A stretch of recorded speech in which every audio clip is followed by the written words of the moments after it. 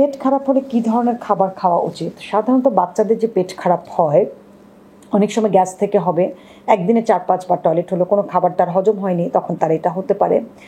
Diarrhoea আমাশয় বিষয়টা কিন্তু different, আর indigestion এটা কিন্তু আরেকটা বিষয়।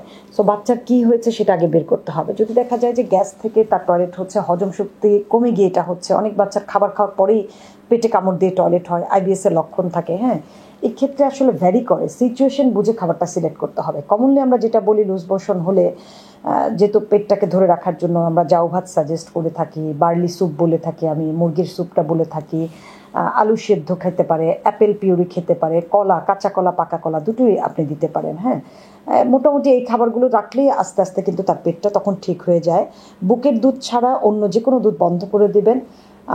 আর যদি ল্যাকটোজ ফ্রি কোনো মিল্ক থাকে, শুধুমাত্র 2 বছর পর্যন্ত মধ্যে বাচ্চাটাকে ল্যাকটোজ ফ্রি মিল্ক আপনি দিতে পারেন।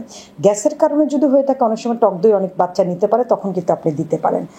সাধারণত প্রোটিনটা মানে যখন আপনার টয়লেট হবে, প্রোটিন ঠিক রাখার জন্য আমি ডিমের সাদা অংশটা দিতে বলি, মুরগির বুকের মাংস এবং বড় মাছের টুকরা দিতে বলি, যেটা তেলে না ভেজে আপনি আপনার বাচ্চাকে খাওয়াতে পারবেন। তাহলে বাচ্চার প্রোটিন ঠিক থাকবে, এনার্জি লেভেলটা আপনার বাচ্চার কিন্তু তখন ঠিক থাকবে।